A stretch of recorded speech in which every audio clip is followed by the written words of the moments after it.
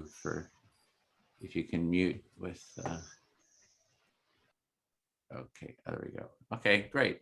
Well, welcome. I'm Edwin Rutch, the director of the Center for Building a Culture of Empathy, and I want to welcome you to our training on our Empathy Circle Facilitator Training. So glad everyone could join us for this training. And there's one more person coming in. It's also not registered, but that's great. We were concerned because it was kind of a smaller group, so it seems to be filling up as we go, which is absolutely fantastic. Really thrilled about that. Hi, Janos. I just want to let you know that we are recording this. And so to start with, let me bring up our script here. So I just want to let you know about the different roles that we have here. I'm what we call the producer, which is a person that has sort of reached out to all of you and talked to you about taking part in this and sort of organizing the overall call. And then we have our trainer roles. We have 3 trainers in this group. We have Lou and Bill, who actually designed the initial this initial training, has been holding quite a few trainings together. And so Lou, you want to just hi everybody. Hi. Welcome. And Bill. Hi. And great, yeah. And that just quick intro.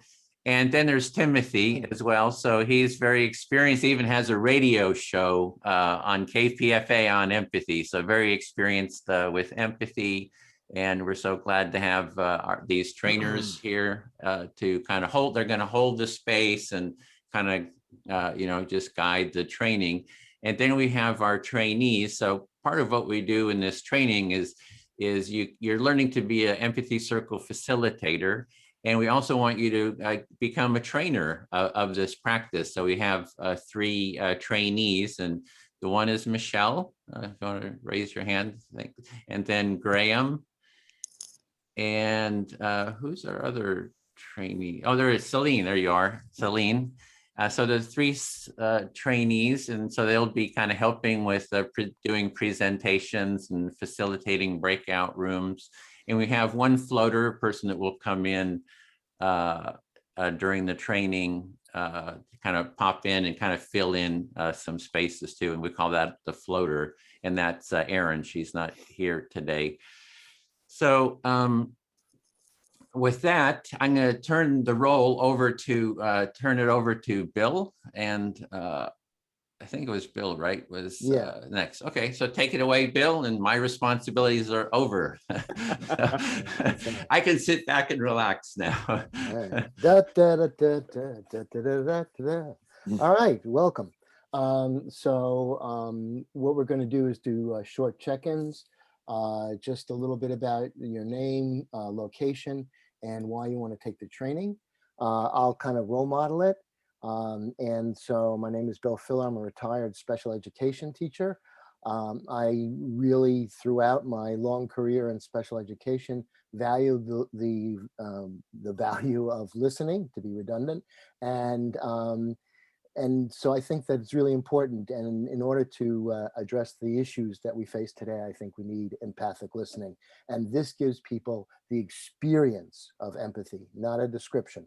So anyway, Lou. Thanks. Yeah, so I'm Lou Zweier.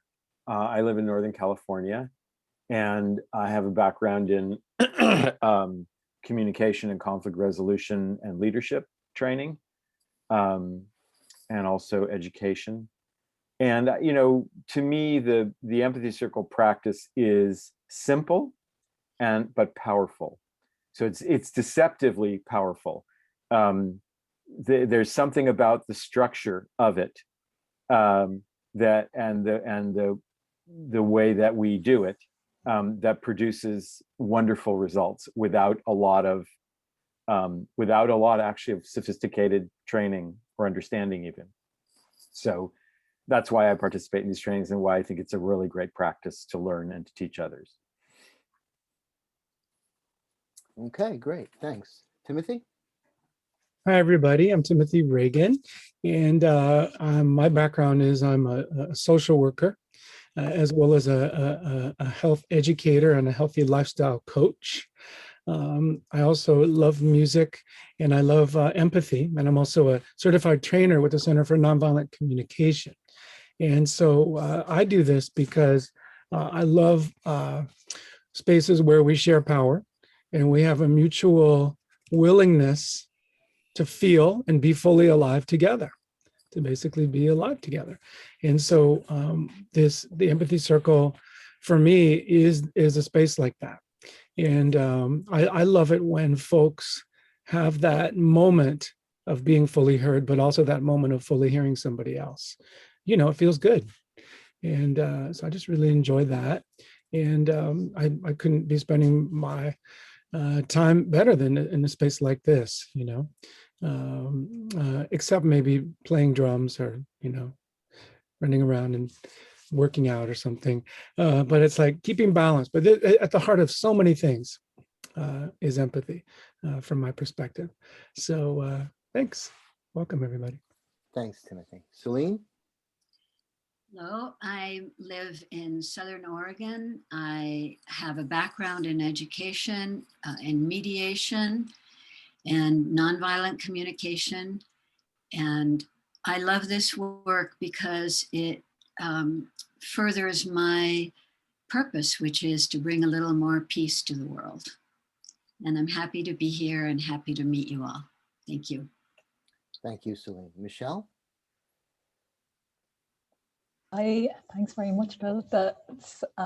Yeah, I'm Michelle from Galway in Ireland, and my why for joining this movement is our family was like deeply affected by suicide in the recent kind of years, and I believe that empathy is the strongest tool that we have to address most of our social problems in today. Yeah. I'm also wishing everybody happy Paddy's Day. Yeah. Thank you, Michelle. Graham? So I'm Graham, and I come from Ontario, Windsor, Ontario in Canada. And the main reason why I'm here is because of my experience through life where I was never taught to listen. And indeed, I never listened. And I really only began listening in around about 2010, 10 years ago, roughly. And since then, I've begun to realize just how valuable listening is and connecting with people. And so that's my mission, to actually expand these skills and connect more with people. And that's why I'm here. And I look forward to today. Thank you very much. Thank you, Graham. All right, Lynette, who's bringing the proper amount of celebratory accoutrement today. Go ahead, Lynette. Hi, thanks. Yeah, I'm Lynette. I'm from Northern Alberta, Canada. And I have had about 20 years and 22 years experience in the social work field. And in that, I have found that people don't listen and they're not connected and they've experienced a lot of trauma. And so my why for being here is to learn more and get deeper with empathy to bring that forward to the community in a restorative justice manner and get people listening to each other. Thank you, Lynette. Leslie? Hello. So I'm back. My son, who's here with me, Kian, and I did the training recently, and it has been so positively impactful in the space between the two of us and in other close relationships that I wanted to return and deepen and expand. I also really enjoyed connecting with folks who are also interested in this, and look forward to doing more of that. And final note is, on a professional note, I'm a filmmaker and writer, and this empathy work has found its way into a film that I've been working on, and I join probably many of you in wanting to, in the ways that I can, share that with more people. Great, thank you, Leslie. Kian? Hello, I'm Kian. I'm from Vermont. And I, as she said, recently completed a training. And I have found this practice, as simple as it is, to be so meaningful and helpful in communication, all my communication. And I would like to, in as many ways as possible, share this practice with the world, because I believe it's really necessary and really helpful, especially right now. Great. Thanks, Kian. And Evelyn. Are you there, Evelyn? Yes, I'm yeah. there. I just had to find the mute and unmute button. Okay. Hi, everybody. I'm originally from the United States, but I've been living in Germany for the last 40 years, and that's where I am right now. I don't have that much experience with empathy circles, but I have experience with NVC and all kinds of different methods. And I'm always interested in this, and I can relate to what other people are saying. But this is basically a pandemic decision of mine. We've been in lockdown. Lockdown is being extended. The numbers are going up. And I live by myself. And so this is kind of for self-care and self-empathy. I did an empathy circle last week. And I just felt so good afterwards that today was like, again, I didn't want to do anything, and I didn't want to get online. And then I thought, man, you felt so good last time. Just get on there, girl. and I'm sure I'm going to be able to share it with other people. And I have all kinds of ideas where I could share it. But mainly, that's what drove me to sign up. Great. And I did sign up because I put it in my calendar. I just checked my calendar. It's all written down for the next few weeks. Great. Evelyn, let me ask, are you on an iPhone or an iPad, or are you on your computer? I'm on my computer. I have no camera on this computer. Okay. The good news is that I found the camera I had bought, and I will try to install it. I'm sorry, Evelyn. Can you see the whole group? I can see everybody, yes. Great. Okay, yes. that's all I needed to know. So in the breakout room, sometimes you'll miss visual cues if you're on your iPad or iPhone, because it doesn't show the whole group. So I just want to make sure you had the gallery view. So that's great. Thank you, Evelyn. You're welcome. Welcome. Thank you. Kat. Hello, my name is Kat and I'm based in Scotland. This is the second time I'm taking the training, so I'm really happy to be here. And I find that this is something that I've seen positive changes personally and professionally for me in the last sort of 2-3 months. It's improving skills, and I'm happy to be able to develop the practice further. So I find that empathy is quite key to me in my life, and being able to enable it in others as well. I just feel that's really important. Being able to create an environment where you can have self-expression, self-exploration. I just think it's extremely powerful and important for the future. And I'm really happy to connect with this community. Thank you. Thank you, Kat. Angela. Hello, my name is Angela. I'm from North Jersey in the States. And I've been interested in MBC, and a friend of mine, Chihe, she suggested this group so that I participated in the first time. And I think empathy is the key to everything. Like, I've been in company, and to be a good leader, you need an empathy, and then to problem solve, you need an empathy first. So I just wanted to find the empathy friends and to learn. So that's why I'm here. Great. Yeah, well, this group is designed to do just that. Adelina. Hi, I'm Adelina. I'm located in Bucharest, Romania. I'm a person-centered psychotherapist, and I'm also working in an organization. And the main reason I'm here is because I want to share the practice with people, especially those who maybe cannot afford therapy, or they are not in touch with the whole idea of empathy. Because at least here in Romania, it's something that it comes a lot on people's lips. They talk about it a lot, but they don't act upon it. So this is one of the reasons. Maybe like this, well, I can spread the practice and they will learn a little bit more about how it feels to actually be listened to and to listen to somebody else. Thank you, Adelina. Janos? Hi everyone, I'm Janos, a Hungarian from UK, and I'm two reasons here. First of all, improve my personal communication skills, and then a second reason I did in the past few years visionary action research for the collective social innovation. And right now I make a citizen social sciences course, and with this I think one of the important in the community collective work, the communication. We have to learn that. Just look at the social network, what they do, the people's there. So the empathy.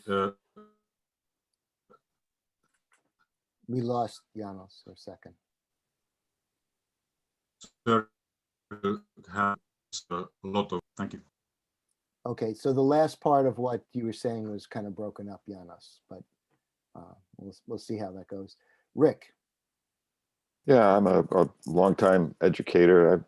I ran schools for most of my career, and then 11 years ago, went into consulting. I published a book and got in touch with Edwin about 11 years ago, and have been following ever since, and more or less out of touch as I've done with Edwin, that is, Edwin's work. I've done leadership consulting and community building in schools, and I'm getting back in touch. Great. And, Well, and where are you, Rick? I'm in San Francisco. Okay. And so those are, I think we got everybody. Did I miss anybody? Okay. And I just want to say, it's not so much for this group, but for people who might be viewing the recording for whom English is not your first language, I just want to let you know that we really respect your courage if you're taking, if it's not and you're still choosing to attend, and that we are happy to make any sort of accommodations to anyone who would like to try it. And so it's not a hardship, it's an honor. And so with that, I'll pass it on to Lou. Thanks, Bill. Let's see. Let's see. I don't have any. So this is the portion of the training where we answer people's questions if there's feedback from the previous session. And since this is the first session, we actually don't have any feedback on people's questions. I guess I could just ask, do people have any questions at the moment that are burning that they want to ask?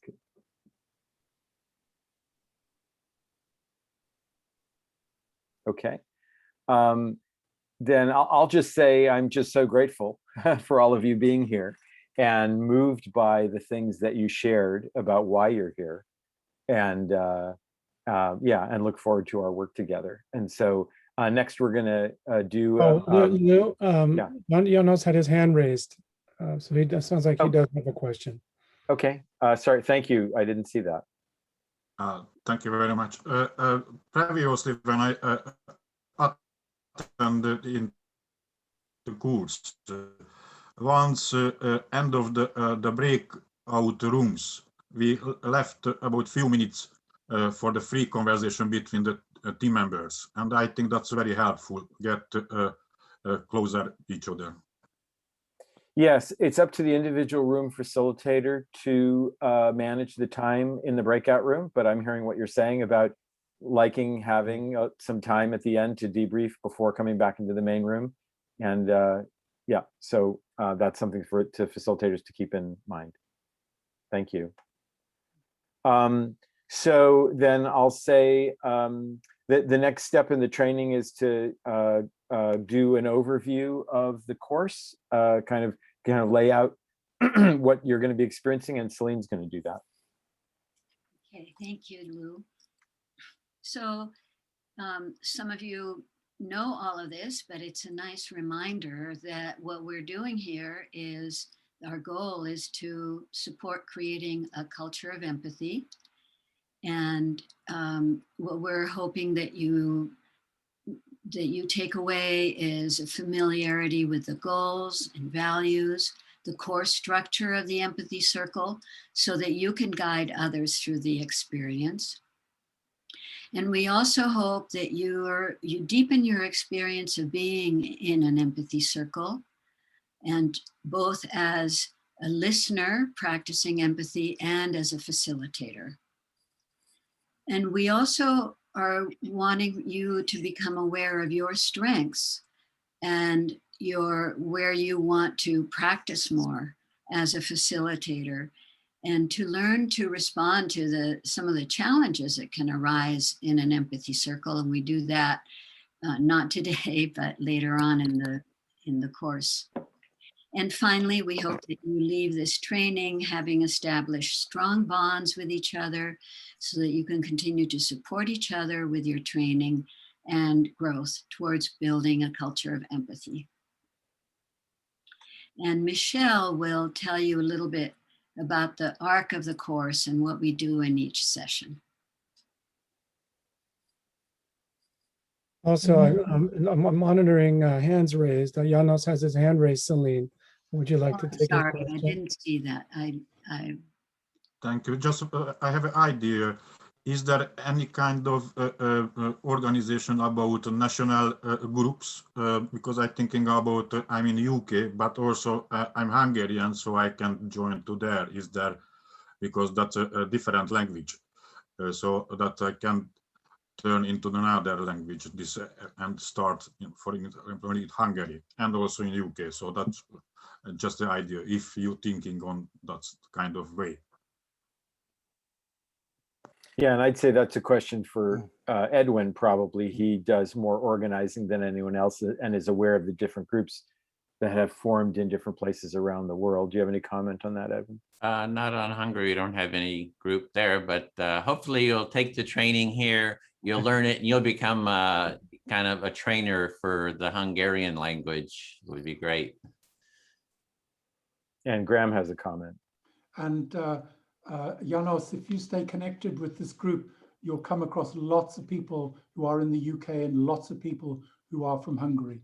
And you can then begin to make your own circles. Okay. Okay. So Michelle, you want to go ahead? Thanks, Lou, and thanks, Celine. So for the 5 weeks ahead, in the first session, the goal is going to be to review like the practice, like the empathy circle practice. So we'll be introduced to some of the core values of a culture of empathy and begin to experience the benefits of the practice. And then in the second session, we're going to focus on practicing the how-to introductions and begin to like facilitate an empathy circle. And in the third session, we'll demonstrate the how-to again, and we'll present more like challenging circle situations if you feel ready. There's no pressure. And in the fourth session, we'll get more time to facilitate and discuss challenges that might arise. And then the fifth and final session, we'll integrate your learnings and gather feedback about your experience. Thanks.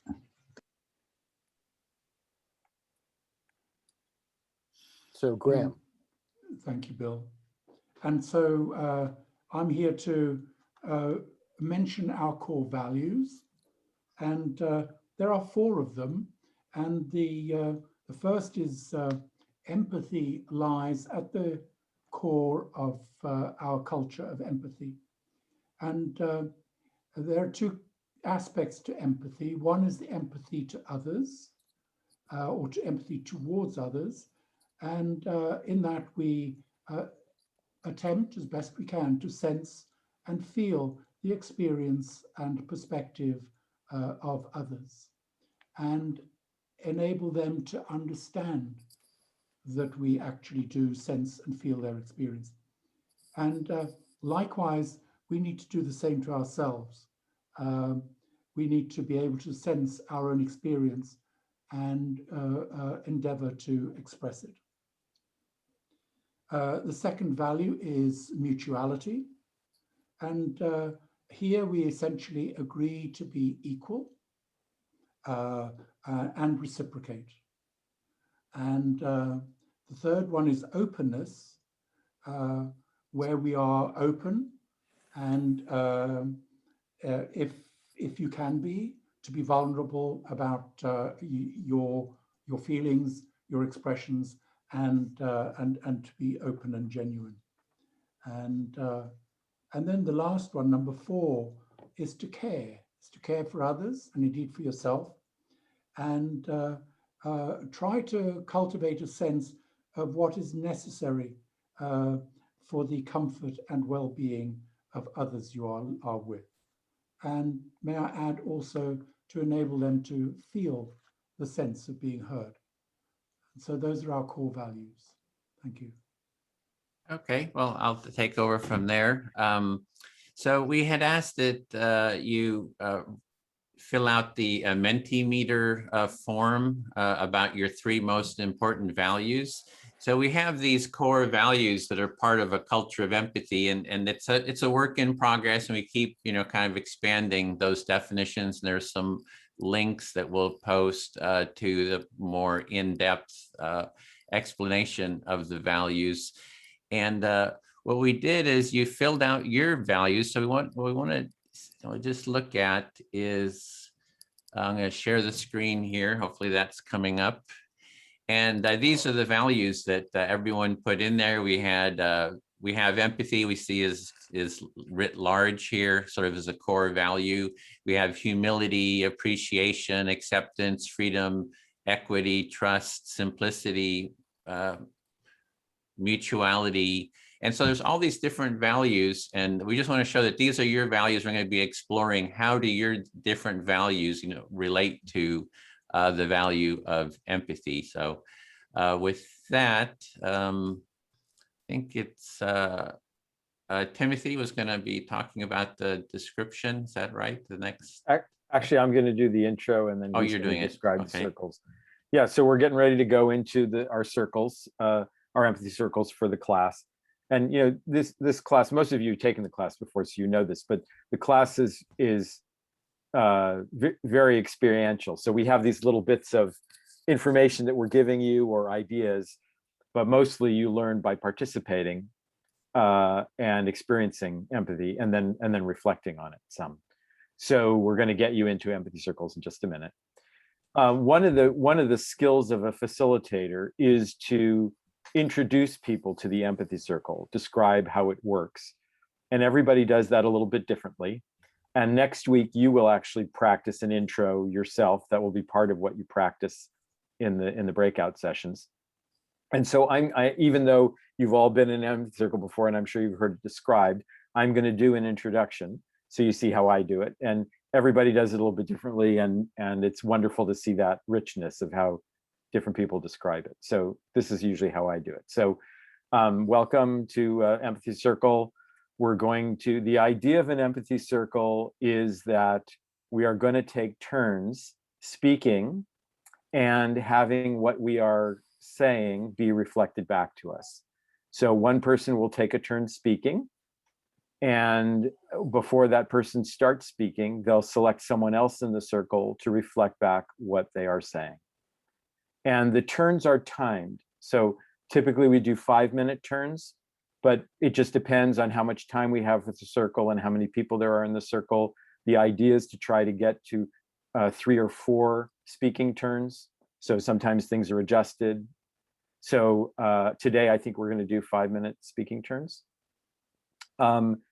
And when the speaker is speaking, the idea is that you want to pause after expressing an idea or two so that the reflector can reflect back what they're hearing.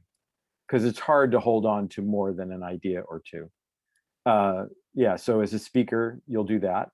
And then the reflector, your job is just to reflect back what you understand the person is trying to get across. And so the things that you might normally do in conversation, which is like ask a question or make a comment or add your own experience or agree or disagree with what the person's saying, you don't do any of that. All you do is you reflect back what you understand the person is saying. That's your role as the reflector. And at the end of the speaking turn, you know, when the time is up, as a facilitator, I will keep the time on my phone and you'll hear it go off. Or if I don't think you've heard it go off, I will hold up my phone like this to indicate that the time is up. And if you're the speaker, then you just, when you hear the time signal, you wrap up what you're saying, and the speaker gives their final, the reflector gives their final reflection. And then the listener, the reflector, becomes the speaker, and they pick another person in the circle to be their reflector. So everyone in the circle is listening to the speaker, but one person is the reflector. And then, so the speaking and the reflecting goes around the circle like that until a round is completed, and then we just go again and again, with the idea again of getting 3 or 4 speaking turns in, hopefully before the session's over. The speaking can be either on a topic, like there can be a topic for the circle, or the topic could just be whatever's alive for you, or whatever whatever you feel is important in the moment. And even if there's a topic for the circle, when it comes to you to your turn to speak, it's important that you talk about what's important to you in that moment, even if it's not on the topic of the circle. So that's part of what keeps the circle meaningful, is that you talk about something that's important to you when it's your turn to speak. Now, the other thing I'll say is that as a facilitator, in addition to keeping time, I might do a couple of other things. So one would be that if the speaker forgets to pause, which is easy to do after an idea or two, because we're not used to doing that, I might say, can you pause there? Or the reflector can also hold up a hand or say, could you pause? If you feel like if you're the reflector and you feel like I can't take any more in, you know, and I need to reflect, you can say that. The second thing is, if the reflector kind of forgets and does something like ask a question or agree or disagree, or starts to add their own experience, all those kind of normal conversational things to do. If you start doing that, which is easy to do because that's our habit, I'll remind you that your role is just to reflect back what the person is saying. And then the other thing I do sometimes is, if the reflector is having trouble reflecting the speaker for some reason, then I will help with that. I'll help with the reflecting process. So that's the basics of the circle. Any questions before we start? So that's usually how, and then actually I do also say, I'll be, especially if it's a new circle, people have never done it before, I'll say, I'll be the first reflector. Who would like to be the first speaker? And that way, since I'm the first reflector, I get to demonstrate for people what a reflection is, because people might not really understand that. Okay, any questions about that before I hand it off to Timothy? Oh, how do you end a turn? How do you end a turn? Well, so when the speaker is done and the final reflection is done, you can say, if you feel heard as a speaker, you could say, thank you, I feel heard, or something like that. If you want to do that, that works. Any other questions? Yes, there is many information and link in the chat, but I'm on the mobile. And can you send a copy of the chat by email for all of us, or just me? Okay, so that's a request to Edwin. The best thing will be, yeah, we'll send, if you put your, send me your email, then I can add you to the email list and we'll have everything sent to everyone. So I don't know if you're able to send your email, post it, or you can, if you have my email, you can send it to me. Or maybe Edwin, if you put your email in the chat, he can email you, Edwin. Okay, so then I'm going to hand it off to Timothy.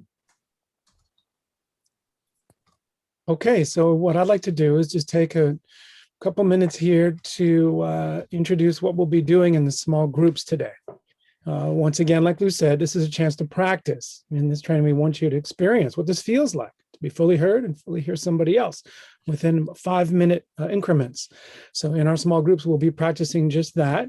Yeah, you'll be able to see one of the trainers introduce an empathy circle and the process again. You'll be able to see that again and then participate. And we've got a topic today, and that is everybody have a chance to speak to at 5 minutes at a time. How does one of your values relate to empathy and a culture of empathy? Or please speak on whatever is most alive for you right now. Once again, how does one of your values relate to empathy and a culture of empathy, or whatever is alive for you? So I'd just like to answer that question just as a very brief example for what we might speak to today. For me, well, you might say something like, hey, I work to stop street violence and gun violence. And my heart breaks when people are hurting and killing each other unnecessarily. And I know that empathy stops violence in its tracks by calming people down. I just know that. So you can maybe want to talk more about something like that. Or maybe you work as a healer and you know that empathy is at the heart of healing from trauma, reintegrating the nervous system, things like that. For me, I would just say that one of my deepest, most profound values, it turns out, is appreciation. Like savoring life and savoring the people in my life. I don't want to miss out. I understand that it's one of the strongest regrets that people have on their deathbed. Human beings, they say, I missed moments with people who I care about. I missed those moments. For me, Timothy, I don't want to miss these moments. But I know that the skills and capacity of empathy help me love and appreciate not only others, but myself, so then I might go on about that and talk about what empathy looks like for me when I'm deeply appreciating life and my relationships, and that's great. And then as part of this process, I may pause after just a few sentences like that and ask the person listening just to reflect, hey, did you get the essence of that? And then I may say yes or no, and we'll go back and forth until I feel fully heard, at least for part of that within 5 minutes. So that's maybe what it might look like, for you. What's the most important values to you and how that relates to a culture of empathy and empathy itself. So that's our intention. So I'm going to see if anybody has any questions, or then we'll go ahead and divide into breakout rooms, small groups to practice. Graham, I see your hands there. I am a facilitator trainee and would just like an idea as to what my roles and responsibilities will be. Can I just give you an idea as to what I'm thinking at the moment? Yes, absolutely. That I might be in a room with, let's say, 3 other people who are wanting to learn facilitation. And essentially, they would then be facilitators in turn, sort of like 20 minutes each or something. And I would essentially support that process. Am I correct in that understanding? That's close, but today, since that's our first session out of 5, we're inviting each small group leader, which you'll be one, to just to lead an empathy circle process, to introduce it with the topic, and you facilitate for the whole time today. It's going to be about 1 hour and 15 minutes total. So we're inviting you to hold that space and be the facilitator. Sorry, you said not quite. So I would facilitate the whole breakout room, but then each of the trainee facilitators would then lead the group for a while. Yeah, correct. Yeah, that'll happen next week. That's for the design of this training. My understanding is that'll happen next week and the following week. No, I've got it. But yeah, you'll be facilitating the actual circle process today. Thank you, Graham, for clarifying that. Yeah. Yeah, so let me just explain quickly. So you're just facilitating the circle. You start with just ask who would like to be the first person to speak and be the first listener, Graham. Okay, good. So it's just a simple empathy circle. There's no, it's, and we're just, we have an hour and 15 minutes. So we have four circles. Graham, you'll be in one circle with support from Bill. The other one will be Michelle facilitating with support from Lou. And then Timothy, you'll be facilitating an empathy circle on your own. And then I'll be supporting Celine in another circle. So with that, and then there is a hand raised. Janos has a question before we go into the breakout rooms. Go ahead, Janos. Thank you. I just right now heard there will be more calls for these sessions. So can we get the emails for each day with time and Zoom link as well, so that yes. we can go put in our calendar and plan? Thank you. Yeah, we'll be sending that out. If you send me the email, you'll get all that info. I think I have your email somewhere. So we'll send that. So we're heading off into the rooms and one group will stay here, and here we go. See you soon. I think you.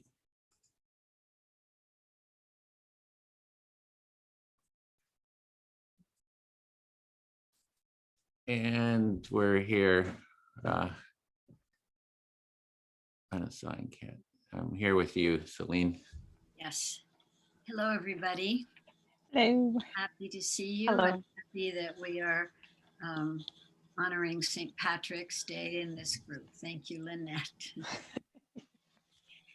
So, as you know, these empathy circles are about supporting, creating a culture of empathy. And the way that we do that, the way that we practice is by giving everybody in a circle an opportunity to be fully heard and giving everybody in the circle an opportunity to listen to someone.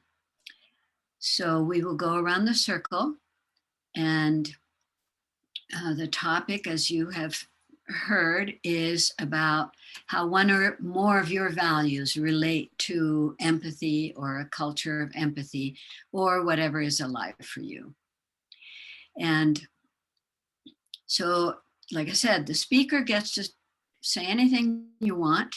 Can I just mention, you don't need to explain the process. Everybody knows it already. We already did that in the main room, so we can just jump right into it. You can be the first listener. Right? Okay. So, I thought we were going to do. Okay. Oh, you don't need to. Yeah. So. Okay. I don't need to. I don't want to. Yeah. Great. All right. So, jumping in. Who is ready to start speaking? And I will be your listener. I'll be the first speaker, Celine. Great, Kat. So I'm going to turn on my timer. And when your time is up, I will put up this little sign. So we will all see it. So go ahead. I am listening. Okay, so yeah, for me, I think value-wise, it's taken me a very long time to actually work out what my core values are, because the last 10 years I've sort of been learning a lot of personal development and identifying what values even are, never mind what mine are.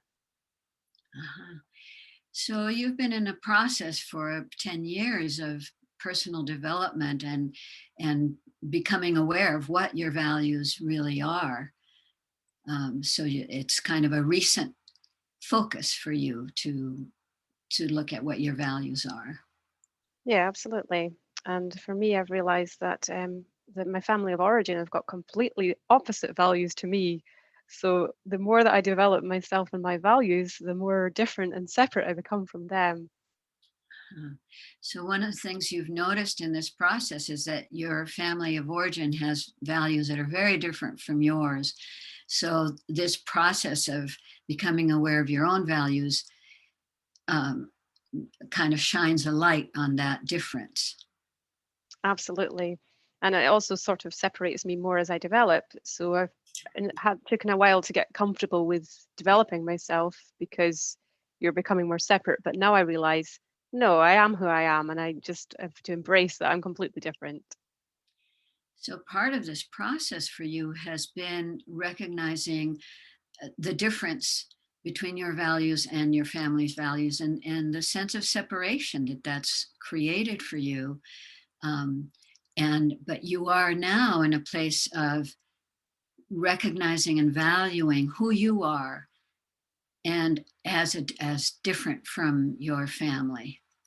Absolutely, thank you. And for me as well, looking at the empathy and other values, I recognize that these values are very good for actually bringing people together. So even though I can develop myself in a way that I'm separate, I can still use the values to bring myself together with them.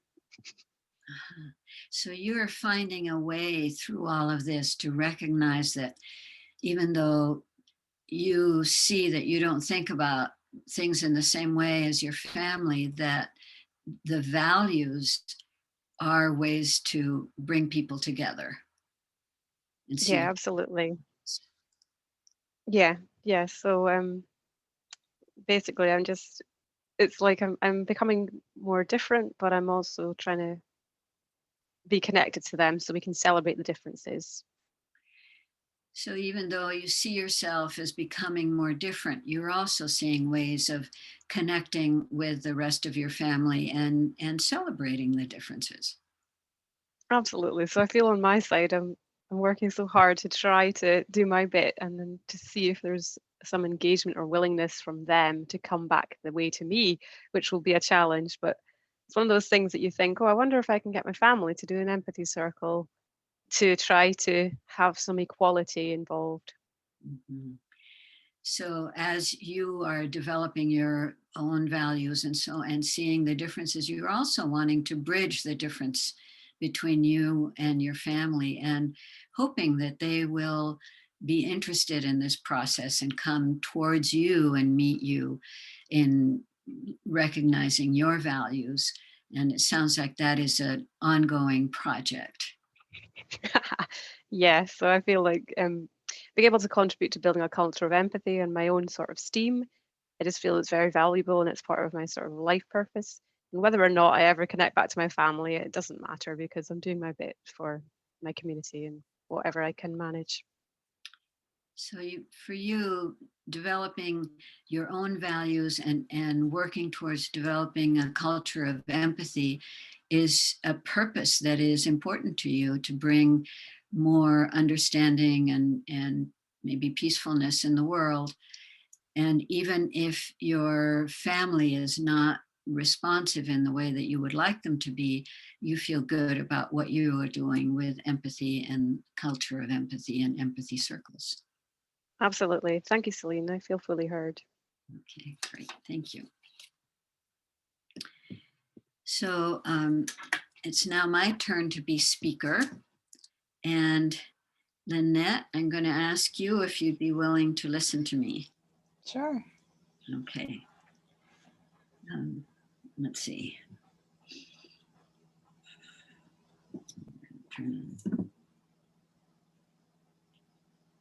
So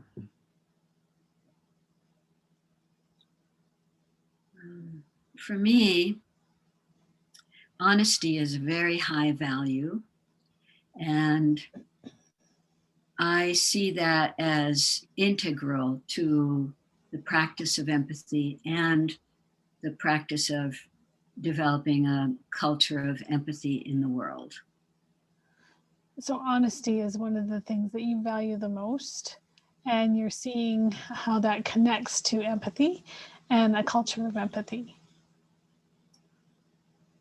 Yes, and the problem for me with valuing empathy, valuing honesty so much, is that I continue to learn that it requires some skill and care, because otherwise I have done kind of blow people out of the water with my honesty. So in holding your value of honesty, you've done some growth around that and have learned that it requires a lot of skill and attention to bring it forth kindly. And that, because otherwise you tend to blow people out of the water, and what I'm hearing is create almost a disconnect from them. Thank you, Lynette. That's right. Yes, other people don't necessarily receive my honesty with the same enthusiasm with which I hold it and express it. You're seeing that others are not able to see the value in honesty, and they don't hold it as a higher regard like you do, and it causes some issues. Yeah, mostly it's how it's about my delivery. Okay, so it's about how you come across to others in that. That's what you're learning. But this past weekend, I had a visit with my son, my younger son. It's my first visit with family in over a year, and it was very beautiful and wonderful. So you had your first visit since this pandemic has come across a year ago with your family, and it turned out to be a really good visit. Yes. And my son went through some very difficult times as a teenager, and I did some interventions that were very challenging for everybody, and especially for him. So your son as a teenager had some difficulties and went through some trying times, of which required some intervention from you. And you put in some really strong interventions that affected everybody, not just him, but everybody around you as well. Yes, and in the course, we have discussed this and worked this out a lot in the past, but still the issue came up thanks to a friend who witnessed the whole event. And so I'll stop there. I'll pause. Okay. So there was an event that happened, and you guys had worked through that, you thought, in the past. And it sounds like this friend that witnessed this event had brought that back up again to you guys. And the way that was done was very skillful, and it inspired me the next day to say one more time, I'm sorry for my part in what you had to go through. So the way this was brought up was, this event was brought up was very skillful from your friend. And it basically made you think a little bit more, and you apologized once again to your son for the impact that it had on him. Yes, and so that's an example of honesty in the service of healing, and it was a very beautiful moment between us. Oh, sorry, got distracted with somebody else jumping in. Yeah, it became a very beautiful moment there for you, and in creating a reflection on how honesty is with self-healing and care around things. Yeah, thank you very much. I feel fully heard, and I'm sorry you had that interruption. That's okay, it just kind of, I thought. Okay, so you get to choose a listener, Lynette. Yeah, Edwin, would you like to hear me? Yep, listening. Okay, in the last 2 weeks, I have done more learning on empathy than I have in the last lifetime, I guess, and have learned there are so many jets and so many layers to it. So in the last 2 weeks, you've learned a lot about empathy and been learning about the different layers of it and the depth of it. Yes. before this call, I actually was taking a part of Amy's empathy training. She had a little presentation on her book and learned a little bit more. And I was in a group empathy lounge last week from another member that introduced me to that. And we learned about sound, how that relates to empathy. So you've been doing a lot of trainings with empathy with Amy and the Empathy Lounge. So you've been learning a lot about empathy and sounds and just different aspects of it. Yeah, and so it's brought my head is full, but I keep coming back to this one circular point of connectedness and how empathy relates to connectedness.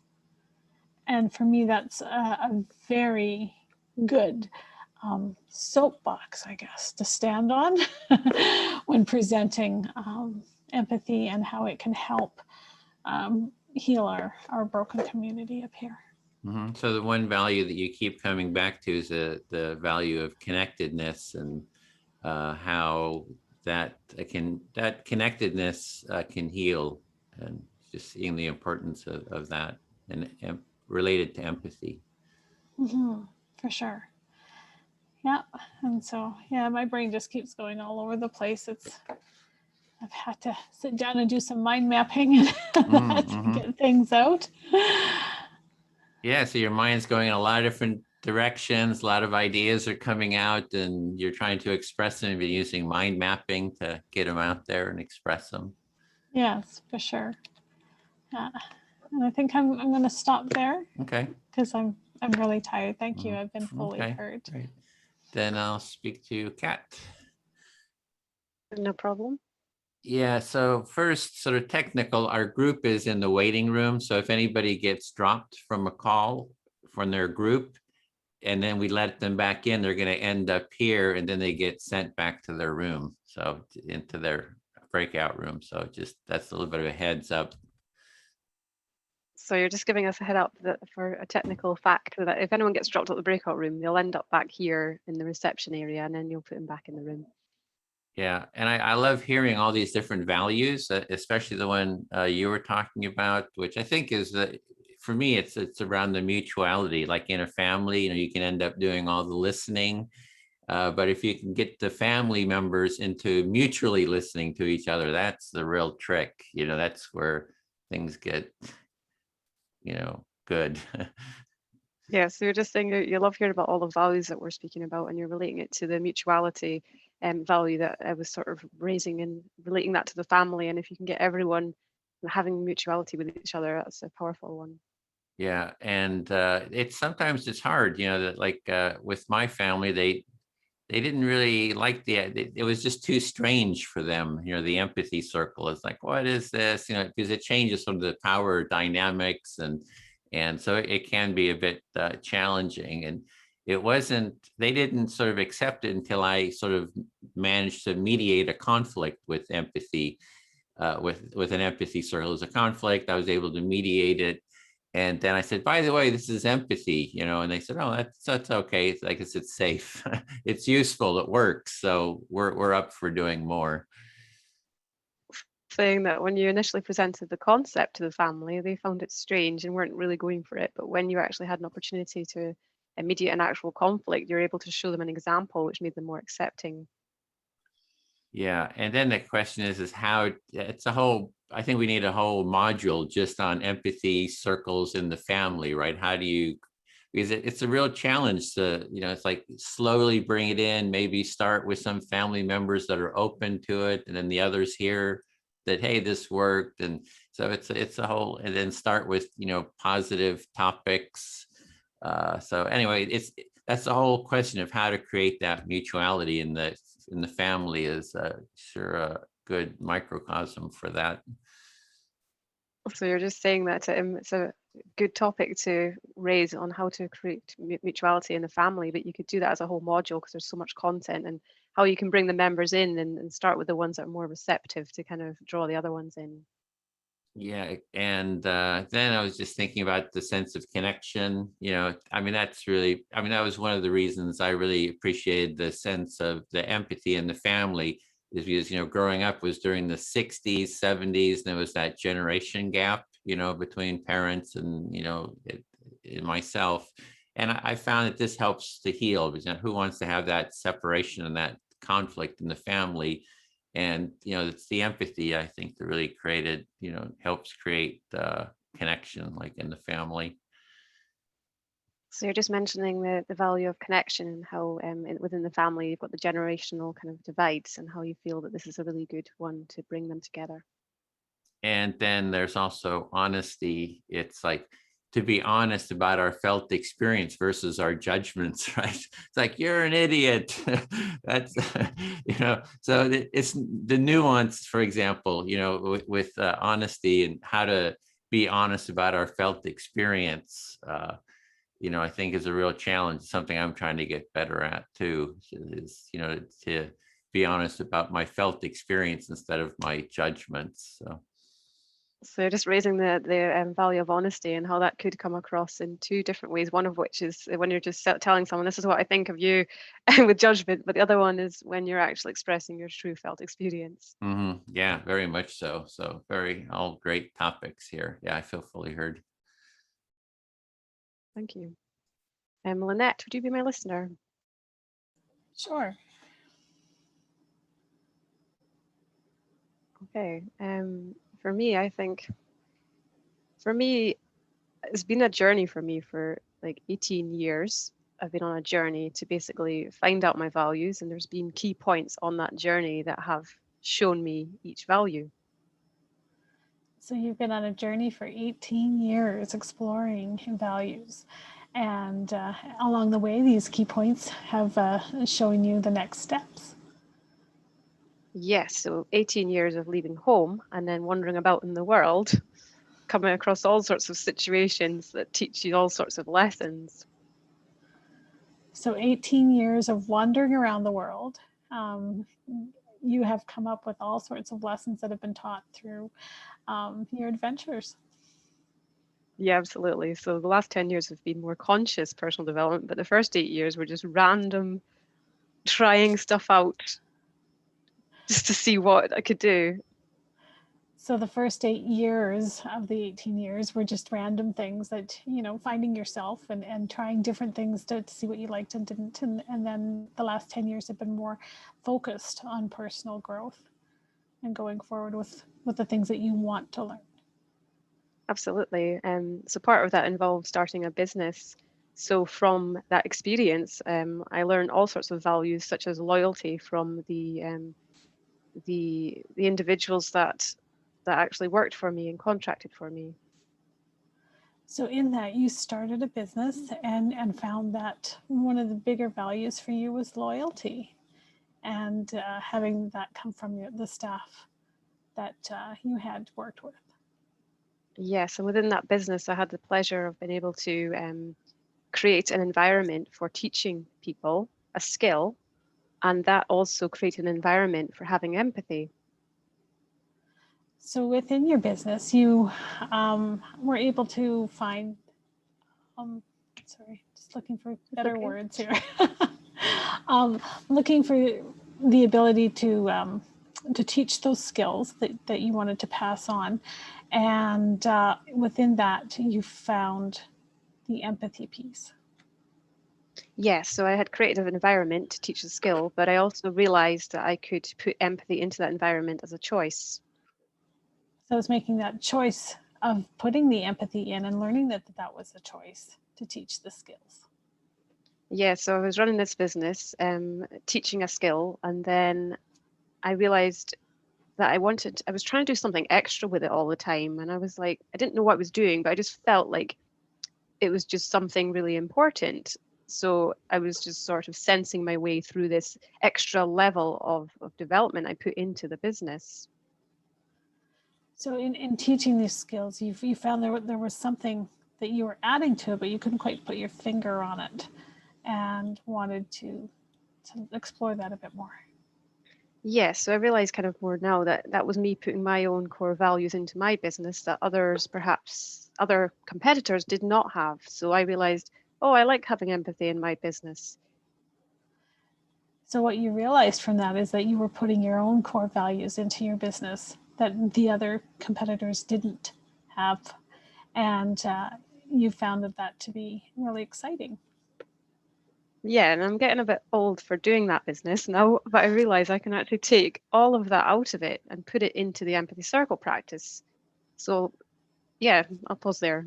Okay, so you're thinking that you've outgrown your business, or basically wanting to try something new, but you can take those skills that you've learned in that growth for yourself and put them elsewhere in your life. Yeah, because it was a physical skill I was teaching, whereas now I think my life is more about learning mental skills. So it's really exciting to be able to take the transferable skills and values and then put them into the empathy circle practice to then build the culture of empathy. So basically, you're taking what you've learned in that and realizing that you can transfer all of that into an emotional skill rather than a physical skill, and adding that culture of empathy to whatever you do in life. Absolutely, I feel fully heard. Thanks very much, Lynette. You're welcome. And just so you know, Kat, I don't know if it's for anybody else, but your screen is frozen for me. So I don't know if anybody else is seeing that. Oh, there you are. You're back now. Okay, Celine, would you like to hear me? You're on mute.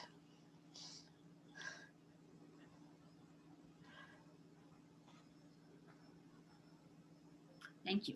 Okay, here I am. Okay, no problem.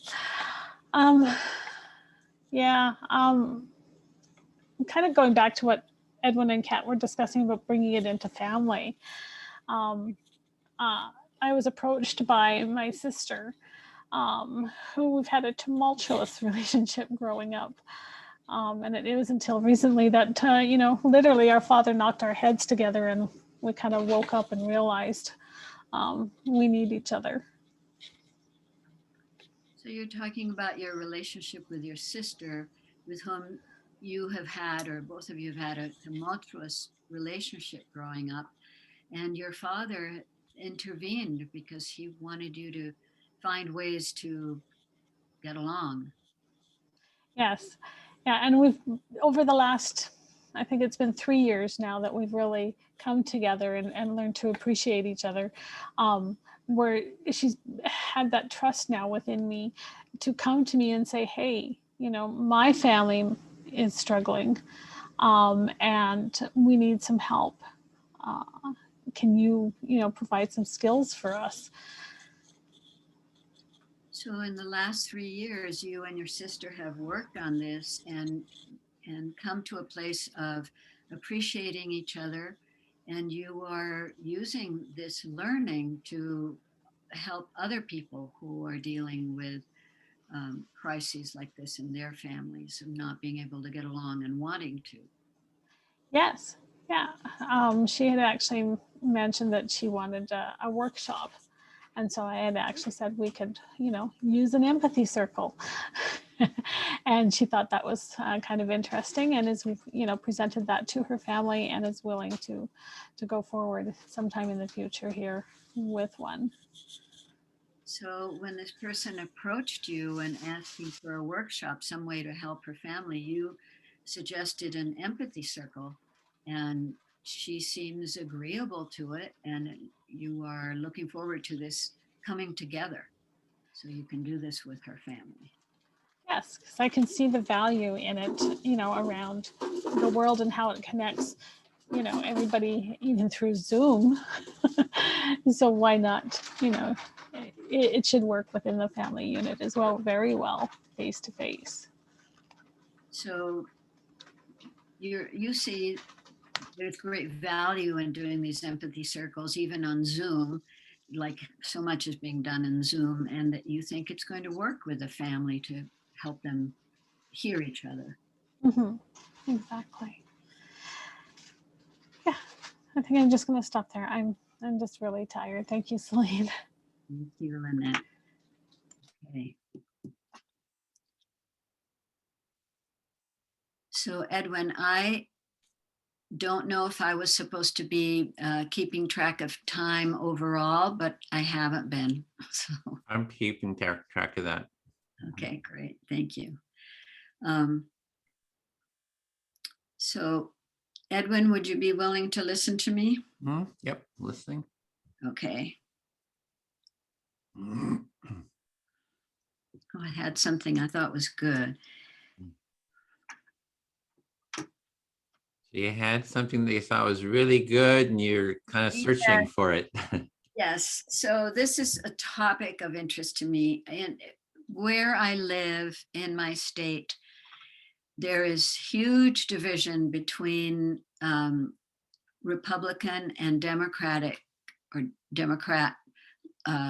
lawmakers. So where you're living, there's a lot of political division between the Republicans and Democrats. Yes, and in our state Congress, we have a big majority of Democratic senators and representatives. And it's large there's a lot of Democrats. It sounds like the majority is Democrats in the Senate and Yes. legislature. Yeah. So for now, over a year, maybe two, what Republicans have been doing, legislators, is not showing up to hear proposed laws, to get into committees to discuss issues. They just don't come. And then there's no quorum and legislation cannot be advanced. So I think I'm hearing some frustration or concern that the Republicans aren't showing up and they're keeping a quorum from happening as a way of slowing things down or stopping. And yeah, so you're maybe feeling some concern about that, frustration. Yes, and also in the spirit of honesty, I've been an activist much of my life. And I think that if my side had decided to do that, organize that I would be kind of proud of it because it's very effective. So you're an activist, and if your side had been, if the tables had been turned and you would have been proud if your side would have had that sort of commitment to stopping the things. But only in terms of the outcome. It paralyzes things. But in terms of my values of, let's call it participatory government, those values are not at all served by this action. So you've got two values. One is, your side and, supporting your side and, fighting for your side of it. And so you really admire what they're doing. But on the other hand, is you got the values of, getting things done, participatory democracy, and that's not really working. So you have sort of a conflict there. Yes. And I would love to get to a place where I could propose empathy circles to my state government. That's a ways off. And imagine that I can listen, that I can draw people to a circle to be listened to, even if they won't stay to vote on legislation. So you're imagining holding empathy circles between the different parties. See, that's sort of a ways off, but you could at least have them talk to each other. Yeah, and I could even say, what you've done is very effective, and the state suffers because of it. And you could share your admiration for what they're doing, but also share your concern that the state suffers by not getting things done. Thank you. I feel fully heard. Okay. speak to Lynette then.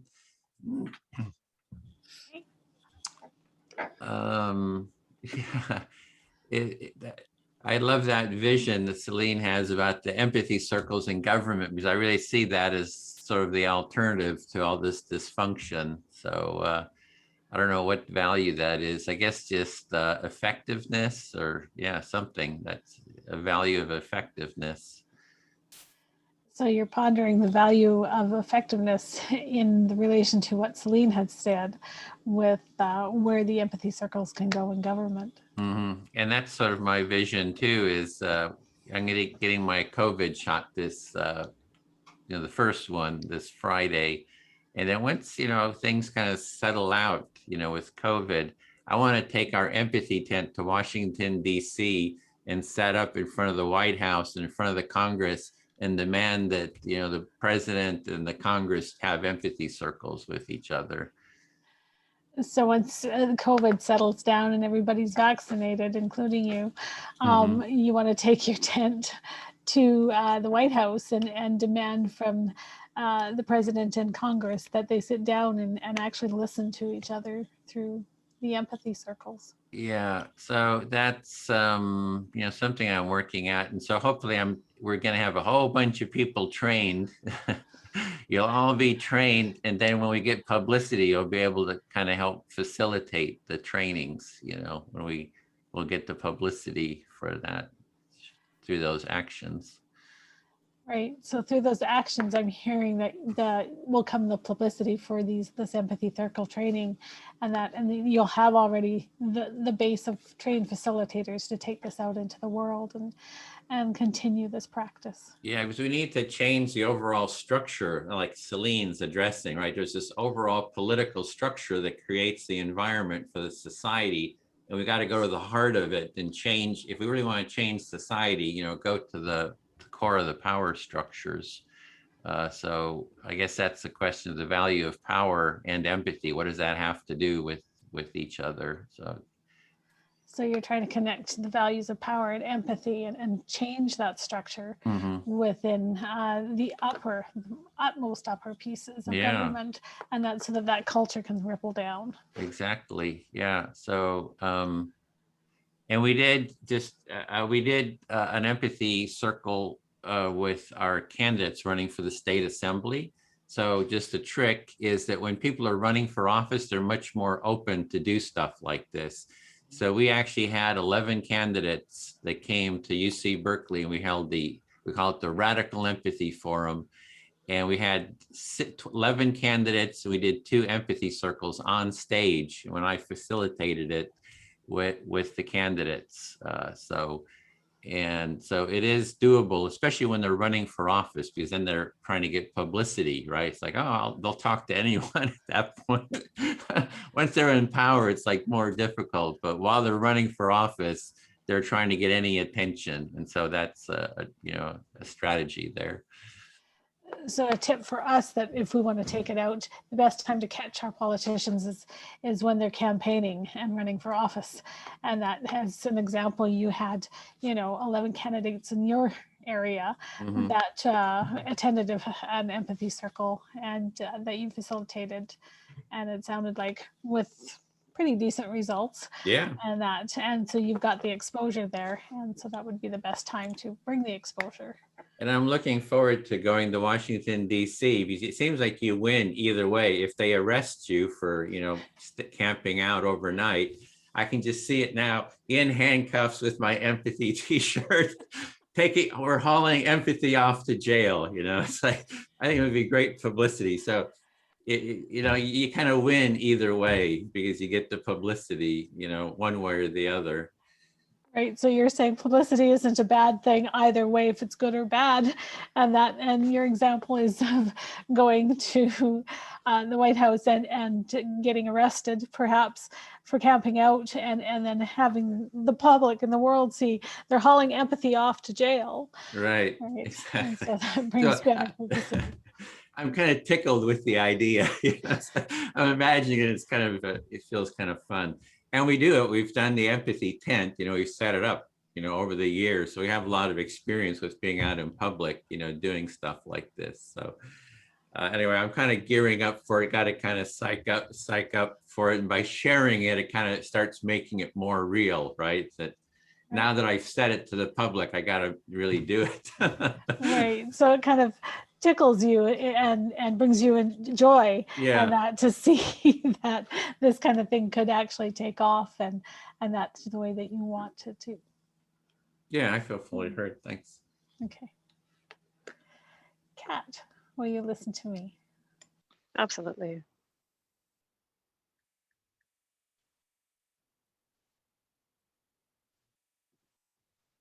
You're on mute, Lynette. Oh, sorry, I turned myself off. That's how tired I am. I'm just sitting here trying to process everything that I've learned in the last little bit.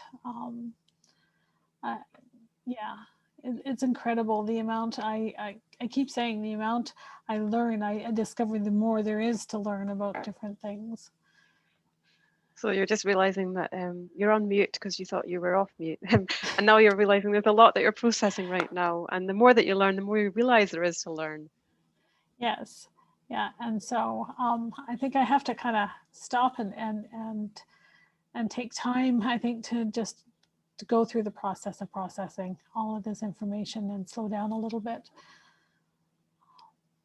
So you're just saying that you're realizing you need to slow down and just take a moment to process the process of processing it. Something like that, yes. There's just, it's just a big jumble up there. And I know one thing that came up in the Empathy Lounge was silence, and being able to sit in silence. Whether you're listening to someone and having that space, or just whether you just need to take that time for yourself just to listen in silence and understand what's around you. So you're just saying that you're reflecting on in the jumble that you're sensing in your head, but you're also thinking about, from the Empathy Lounge, the benefit of just sitting in silence with someone and being able to be in that. Mm-hmm. And I think that really holds a space for me, and brings more comfort to me in realizing that it's okay to just be, and that you don't need to fix. So for you like that benefit of being able to sit in that way, because you really feel that it's good for you to just be and feel comfortable with that. Mm-hmm. Yeah, and that you don't need to rush off and fix anything. Just simply being heard, right, from somebody is a greater benefit than most people realize. So also you don't need to feel the urge to fix anything, and just being present and being heard, making someone else feel heard is good. Mm-hmm. Yes, I think I'm just going to stop there because I could babble into confusion if I continue further. So you've decided to stop there because you feel like you're going to babble off into the confusion if you continue. Yes, thank you, Kat. It's been fully heard. Thank you very much. Thank you. Okay, Edwin, would you be my listener? Listening. So I always get to this point where everyone's spoken so much that your head gets full of loads of different things that you're thinking you might say back to people, and and then you're just like a bit torn between all the things you could say.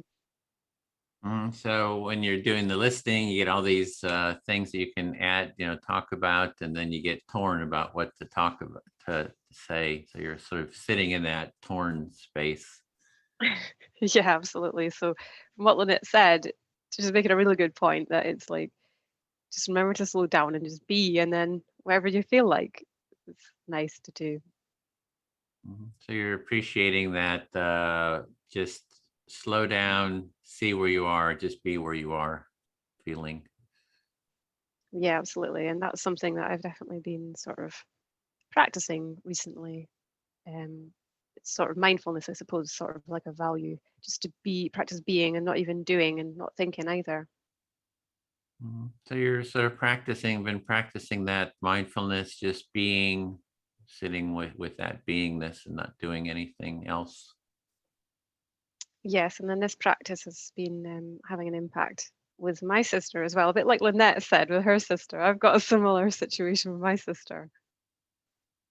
And like Lynette, you have some conflict with your sister, and it sounds like you've been applying the empathy, listening with her. Yes, and I've been building my relationship with her very carefully and consciously, to the point that I've actually managed to get her to finally open up about a lot of things that I've been kind of really wanting her to for like 16 years.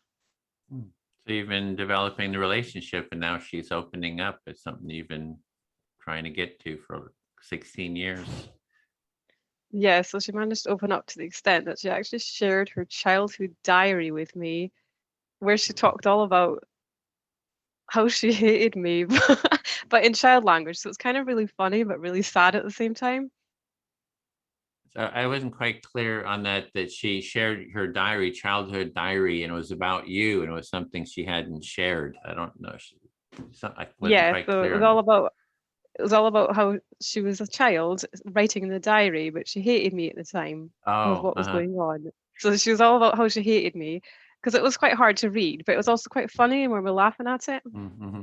So she wrote about how as a child she hated you, and it was kind of funny going back and looking at it because it was kind of in that child voice. So it was kind of, it sounds like you were laughing together about it. Yeah, luckily. So I feel that that's a really big step in our relationship to actually heal it, because we've got to the worst point of it. And now I feel like that's going forward, I really feel really good about it. So you're feeling good that your relationship is improving with her. Yeah, absolutely. So I just keep applying all of these sort of skills and values that we're practicing here, and I can just see it more and more with her, even though she doesn't come to me with what I want as much as I feel I'm going to her. I just think if I show her all the time, that she'll gradually sort of reflect naturally. So you're going to her with these skills, you're applying these skills that you're learning here and other places, and you're doing more of the initiation, and you hope that if you listen to her, eventually she'll sort of reply, be more reciprocal. Yeah, absolutely. And so I suppose part of it is coming out of black and white child thinking and extreme absolutes, and everything's a certain way and that's the way it is. But then coming out into the adult way of thinking is more of a spectrum of color, and then being able to see the different perspectives. It's been quite an interesting transition because it's really complicated, but you're just trying to get your head to understand it and cope with it. So as a child, you're like, I have black and white thinking, it's this or that. And then as an adult, you're really starting to see there's more nuances and seeing all the different, more complicated nuances of life and relationships. Yeah, absolutely. So for me, it's like a core value of balance now that's kind of being worked on between all of the perspectives and points to kind of keep your head in a balanced way when you're kind of making decisions and just dealing with information. So you're looking at the value of balance, of sort of being balanced with making decisions and looking at the information and sort of balancing it out to make decisions. Yeah, absolutely. I feel fully heard. Thank you. Okay. Then speak to Celine. Yes. Yeah, this whole question of how do we really make deeper relationships is just coming to the surface. How do we, how to have more deeper, meaningful, connecting relationships? I'm just sort of sitting with that question. So you're holding the questions of how do we make deeper, more meaningful relationships? Yeah, it's so there's some sadness in terms of the relationships, how there can be so much sort of disconnection. So I kind of feel some of that sadness, feel some hope about, well, you can, the empathy, mutual empathy seems like a pretty good way forward. It kind of works. There's challenges, but it kind of works. It's the best thing I've come across. So while you feel some sadness about the disconnection that there can be in relationships between people, you also, nurture some hope that these empathy circles can help. And they're the best thing you've come across in terms of Yeah. bringing people together. Yeah, it's just people hearing each other, and sort of developing trust, and it seems to just open up space, and that open up that sense of connection, and it's kind of like a sense of meaning too, to connect deeply with others.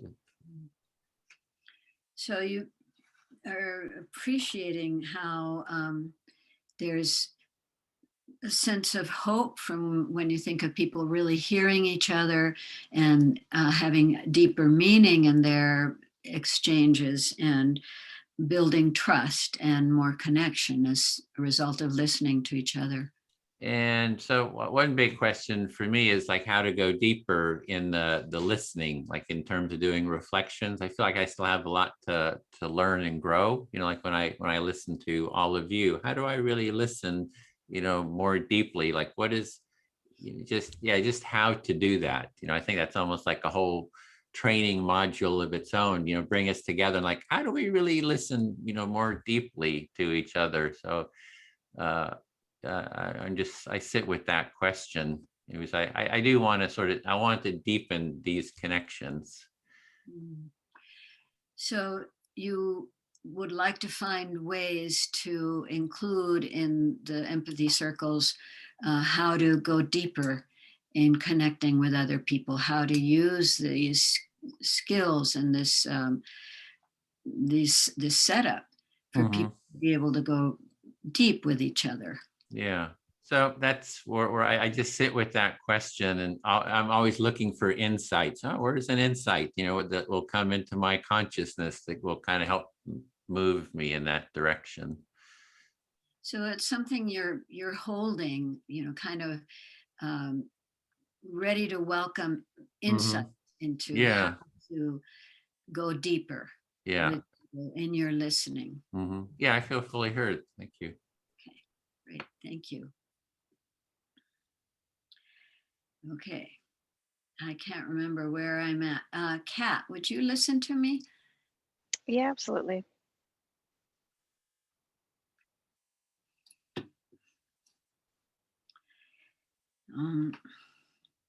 So one of the ways I've been practicing in the past month or so is with my partner whose son died at the end of January. So you've been practicing over the last month with your partner whose son unfortunately passed away in January. And what I have been able to do is to listen, just listen, but not say back what I'm hearing. Just being present and listening.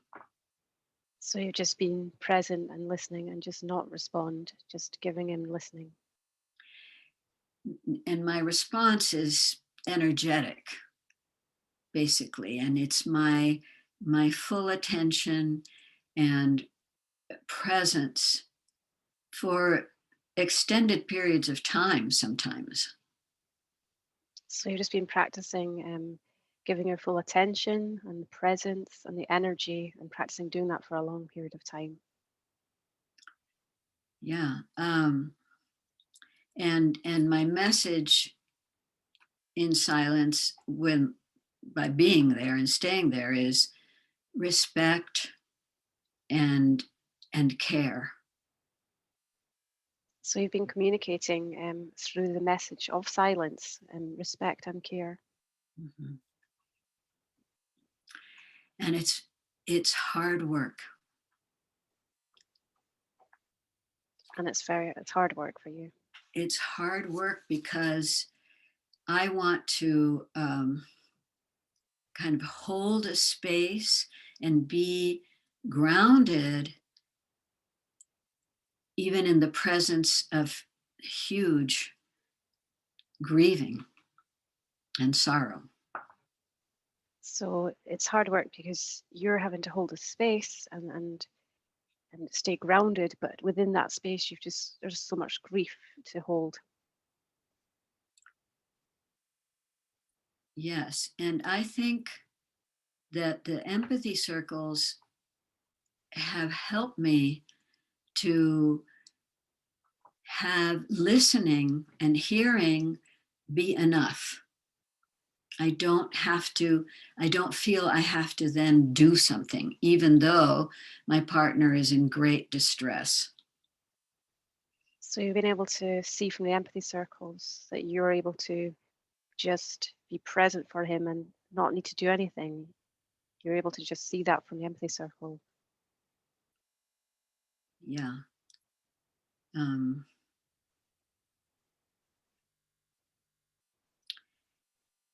And I see what a gift it is to be able to do that, to be able to be 100% present, 100% listening. And just that is a huge gift. So you're just reflecting on the gift of it, which is to bring that 100% attention and listening. Mm-hmm. Yeah. So thank you. I feel fully heard. I feel complete. Thank you very much, Celine. How much time have we got? I don't have any idea. We No, it's have okay. about 20 minutes. Okay, 20 minutes. 19. Oh. Okay. Lynette, could you be my listener again? Sure. Okay. I want to practice slowing down. That's my kind of thoughts right now, because you reminded me of that, because my mind gets very active and then I'm like trying to speak faster than my words. So you want to practice the art of slowing down, because your words sometimes come out different from your mind because your mind runs faster than you can speak. Yeah, so I just get this rapid Scottish coming up my mouth, and then I don't know what it sounds like to anyone else, but I'm more conscious of it when I'm speaking to someone from another country. So you're more conscious of your speech when you're speaking to others, and that especially those from another country, because your Scottish accent and your words just come out so quickly that to you it sounds like a bunch of Scottish garble. Yeah, it sounded like you almost said scarble there, and I thought that's quite a good word for it, actually. So yeah, I did actually kind of combine Scottish and garble, and it did almost come out as scarvel, but I caught it. But yeah, you had heard scarvel, and to me, that's right. what it sounded like. Yes, so for me, it's another kind of mindful practice to just keep practicing slowing down, because when every month I'm doing webinars to teach people in other countries all the time who don't speak English as a first language. So this is a really useful practice to keep practicing communication. So you find the art of slowing down is a really useful practice, especially when you're teaching your webinars, and that because you're teaching English as a second language to others is what I'm hearing. And to be able to slow down so that they're able to grasp what you're saying to them. Yeah, so teaching systems to people whose first language isn't English. Okay, so you're teaching systems to people that their first language isn't English. Yeah, absolutely. So I've noticed from what I've kind of learned from the sessions in the last couple of months that the communication with the different nationalities in my job has really improved. So I've actually connected with some people I've never connected with before. So you're seeing the benefit of slowing down because you're connecting with others, and when doing that practice from other countries, and seeing that barrier of that language barrier is coming down and creating that connectedness to people. Yes, because I'm able to apply the value of empathy in my job. I just see an opportunity to express empathy to someone from observing something that is about them and their job or the task. So you're being able to apply empathy to show them, basically how that connects within their job and their specific task. Yes, so now I'm able to apply empathy into my job. Then I notice that when I express empathy to someone I'm communicating with, then they come back with gratitude.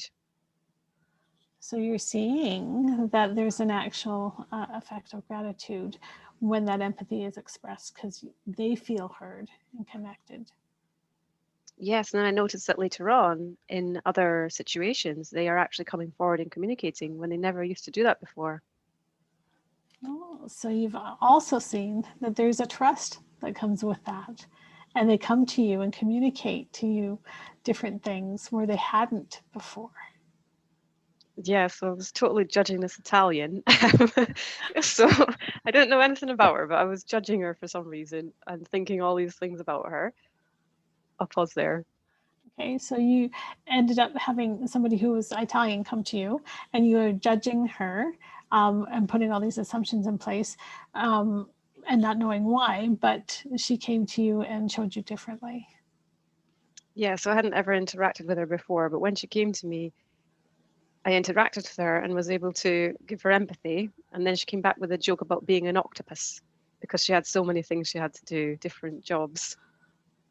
Okay, so you showed her empathy in this conversation, and she came back to you with a joke about being an octopus. She had so Yeah, and many I loved different it. jobs.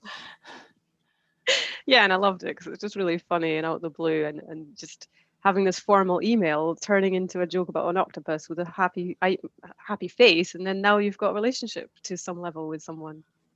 Right, so that then brought in the joke, and with that joke came that connectedness and you know, the humor in it as well, and brought another level to your conversation where it hadn't been before. Absolutely, I feel fully heard. Thank you, Lynette. You're welcome. Okay, Celine, would you hear me? Sure. I'm going to go back to what Edwin said and looking for a deeper level of empathy. Have you seen that book? That might be the ticket.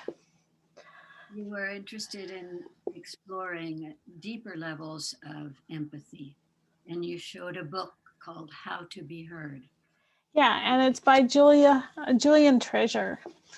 And this was the book that was introduced to me in the Empathy Lounge. And the book is by Julian Treasure, and it's the book that was introduced to you in the Empathy Lounge.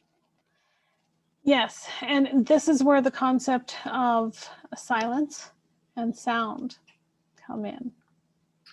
And this is the concept of silence and sound comes in with this book or with what they teach you?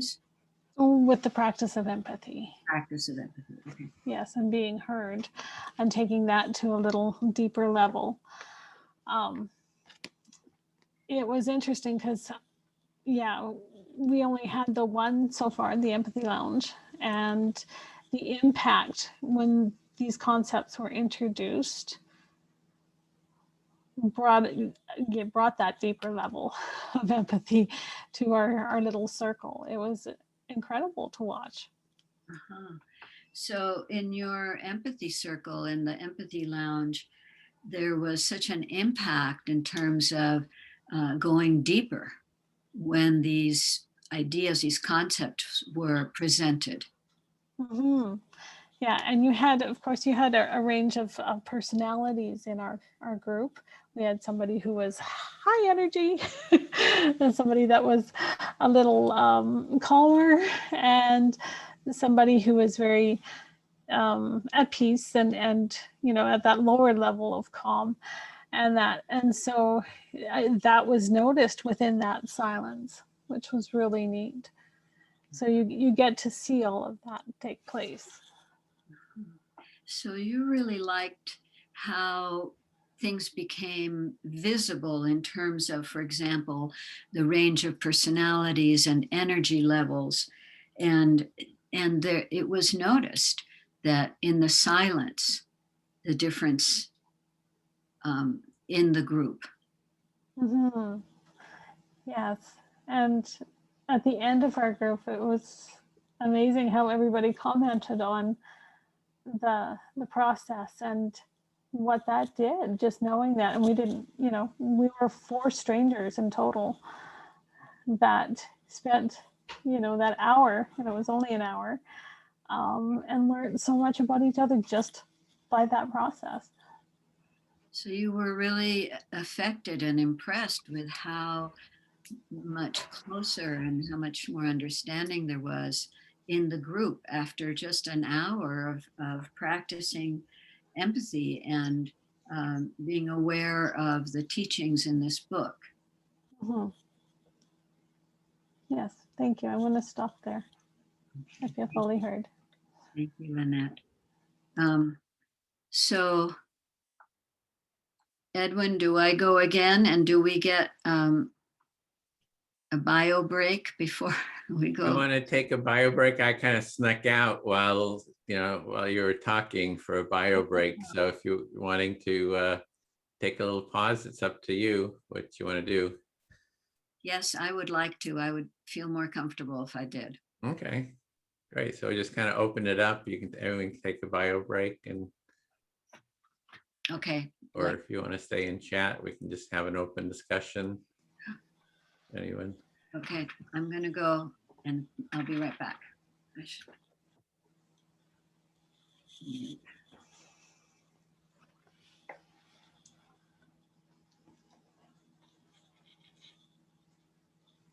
Okay. So any comments about the facilitation or questions or thoughts, or just open? You have 8 minutes before I got to close all the rooms. I think for me, comparing it to the first time, I can see the differences between the first one that I did, and obviously not having as much experience. But this time round, I can really see the difference. So I'm kind of more not so anxious and stressed out and not knowing what's coming and all of that. And then just comparing it is like, oh, it's a lot easier. And I can relax a bit more. I'm not judging myself so much that I can't say this, I can't say that, and can I say that? And blah, blah, blah, blah. So it's a bit calmer for sure. Yeah, definitely. It's usually the first time or two, there's a lot of anxiety about new people, the process, and over time it gets easier. Yeah, definitely. Anything, Lynette? Yeah. Or I see a bigger skill level in my reflection, I think. I'm one to, in the past, with my social work kind of training, to want to jump in and fix. And so at this point, I see that it's that slowing down, right? And really just focusing in and being mindful on people and what they're actually saying, rather than those thoughts jumping in all the time, trying to fix the situation, right? So. Yeah, sure. These levels of lessons we have. First, I feel calmer because more familiar with the practice, and then also I don't need to fix people. So there's these levels that we have. There is in terms of the thing I was talking about with going deeper, there's a practice called focusing. I don't know if anyone's familiar with focusing as a practice. The empathic listening was started by Carl Rogers. And then one of his grad students was a person named Gene Gendlin, and he was a philosopher, but he also kind of built on the empathic listening to focus on the felt experience. So it's like when you speak, you just speak about what is in your body in the moment. The felt, like, oh, I'm feeling sort of a spaciousness. I'm feeling sort of a focusing. I mean, I'm feeling a little stress here. I'm feeling, in your body, and just sitting and staying with the felt experience, and then just sharing that and getting a reflection. And then when you share that felt experience, getting a reflection back about it, it starts changing and moving. And so you just keep addressing the felt experience and how it's moving. So that's like a whole nother module, but I'm thinking of like a training where we kind of go into kind of how do you listen more deeply. So it'd be, anyway, but I think we need sort of this basic intro training to really, get that really well grounded. So Celine, any just kind of how was this so far? Oh, I loved it. I thought it was rich. I appreciated what I learned and heard, and I appreciated the ease and flow. Seemed very smooth. Like that.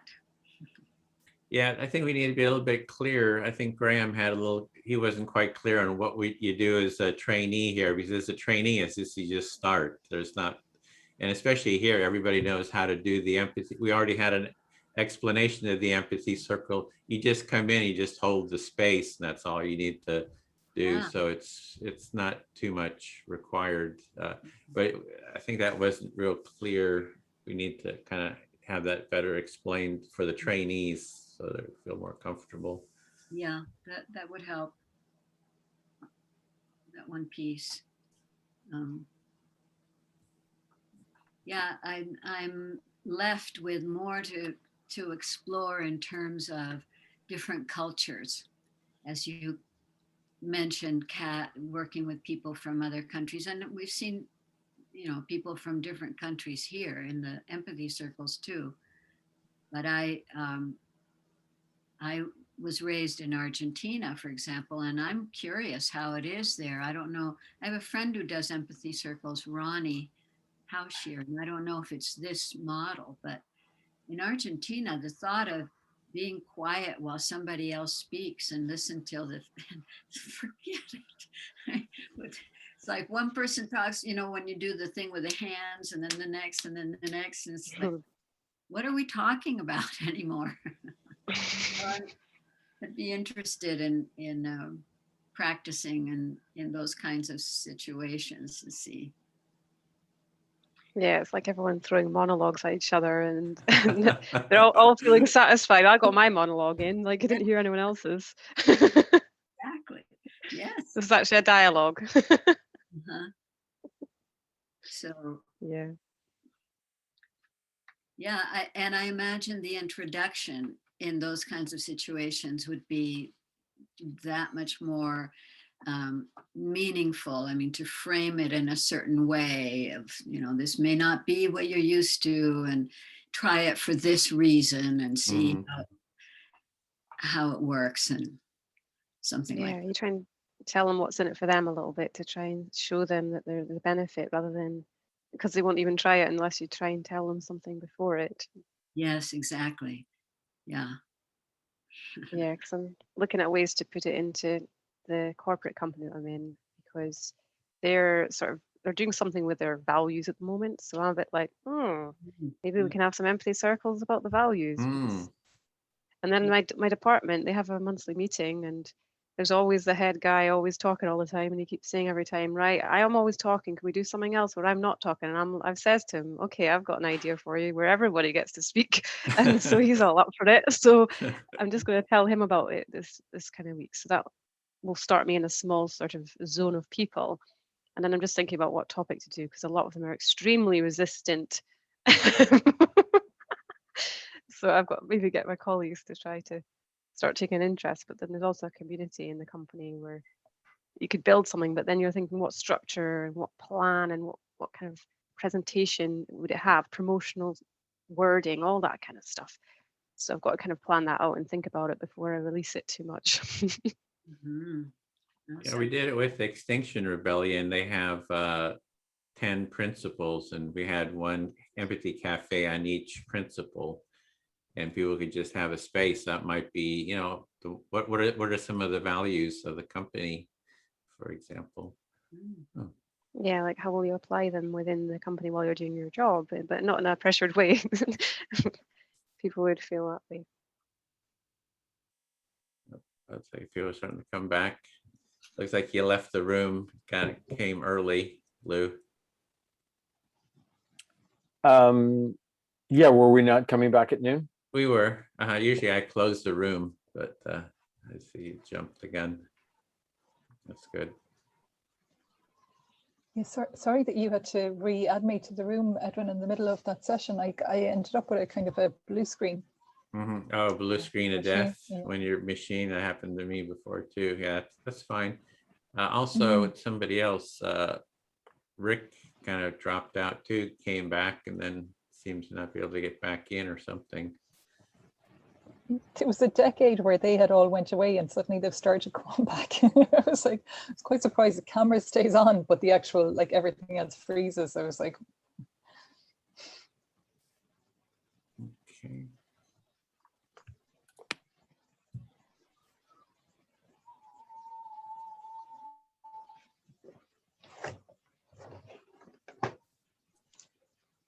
Okay, I think we're all back. Celine, I think it was you were doing this part. Yes. So next, what we're going to do is each take about a minute and share your insights from the empathy circles that you just participated in.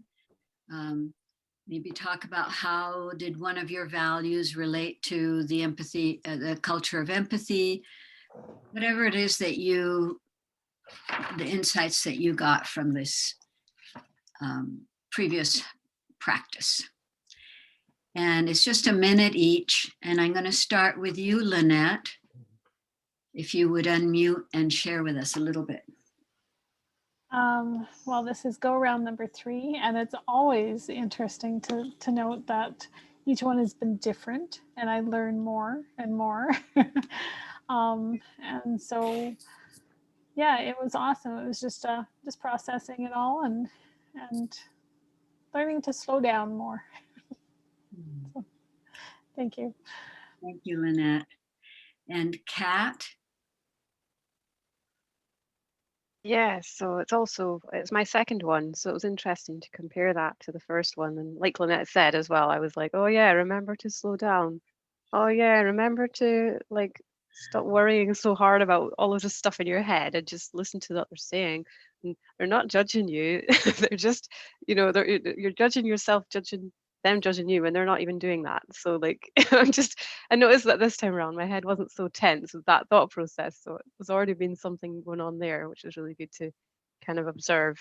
And revisiting the values again is really useful because you're comparing that to say, oh, well, last time we were sort of getting to grips with them, but this time I can sort of see how I have already been applying them for like the last 2 months and in the way that I've been doing my own circles and things like that. So it's really good to speak and have a circle with others and relax because we can all do it. And also the range of topics we covered was really interesting as well. So I really appreciate the circle I was in. Thank you. Thank you, Kat. Leslie? Yeah, agreed. There's something I'm really appreciating about the settling that's happened after having gone through from start to finish already once.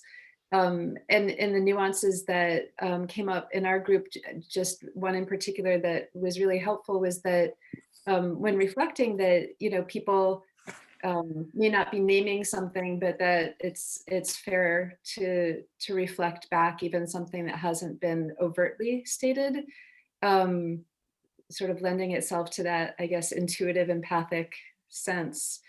And yeah, I just really feel deeply nourished and appreciative of the chance to come back and to just share and travel with you all again. Thank you. Thank you, Leslie.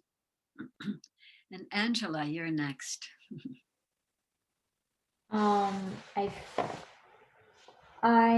This is my first time, and I really enjoyed our group session. I had a little bit of, lots of language barrier because it's my second language. English is my second language, but just dive into reflection right away was big challenge, but also at the same time I learned a lot, and I really like the feeling of heard. Um, and I also find myself keep want to asking a question about what the speaker said. um, I just really like this process, whole process, even and thank you for our facilitator Michelle and Lou that make us feel really comfort, safe. Yeah, that was really good. Thank you. Thank you, Angela. And especially thank you for being willing to do this in a I don't know if it's a second or third language, but not your first language. Much appreciation. Thank you. Thank you. Kian. Yeah. Yeah, so I was in a group with Adelina, Graham, and Bill. And this is not my first time, this is also my second time. And I am just still, after quite a few circles, just blown away by what can happen. And I learned that, you can't go in expecting anything because it's not gonna happen. I feel like we had a really stimulating conversation about, we can't, Bill brought up the idea that we can't own anything. We are here, and we're also talking about that we are all individual and part of something bigger, that we're all one.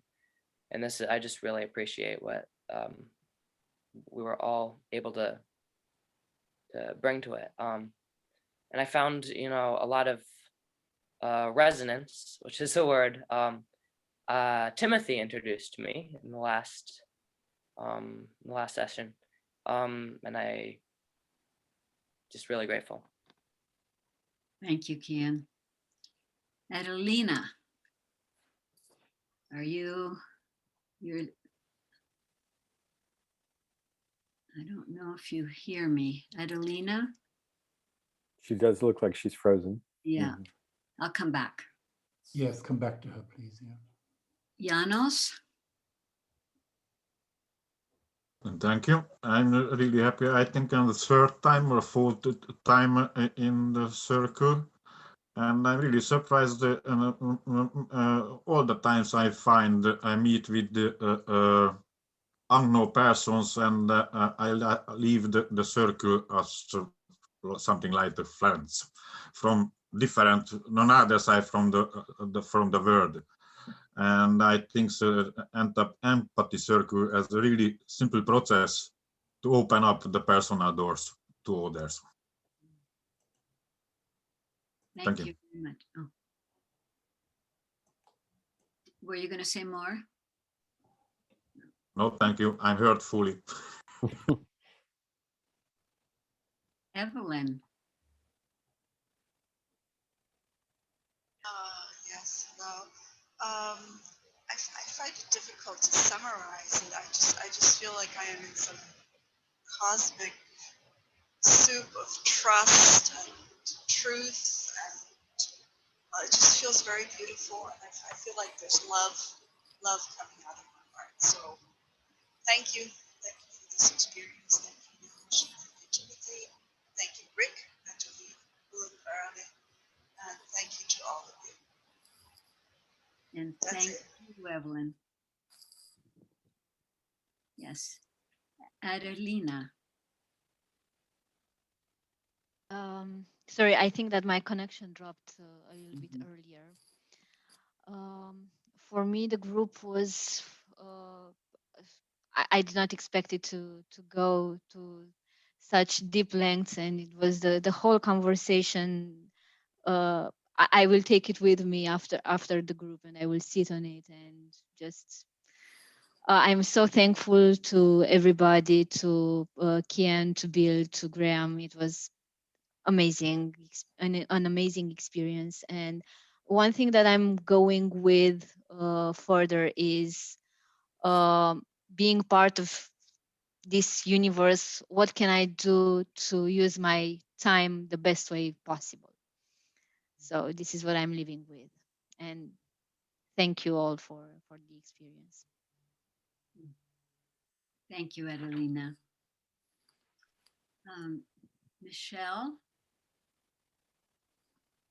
Oh, we had a magical circle, so I'm really appreciating like Leslie and Angela, and we had Lou in giving us some really good guidance. So I had two main takeaways that really kind of came up for me anyway. The first one was on like firmness. Like I hadn't thought about firmness as being one of the, also having its place. So like what came up in our circle was that like there's space for all within empathy. It's like all emotions are all are allowed. So that was the first one. And the second was around like non-verbal, the non-verbal parts of empathy. And kind of what it kind of emerged was like, you know, this idea of spreading empathy wherever I go, but where necessary, use words.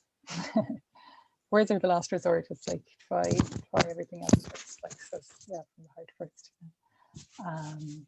Yeah, I really love that circle we had. Thank you, Michelle. Graham. Yes, the meeting today was very stimulating, and Bill set us going with his Schroeder's cat, and really set the tone of the discussion. And like Adelina said, you know, here we had expectations of working within a box, but we were thrown right outside the box, and we had some very stimulating conversations, and relaxed. And for me as a facilitator, there was certainly some new ground, and it happened that I loosened up the processes in the last 15 minutes, or perhaps even more, and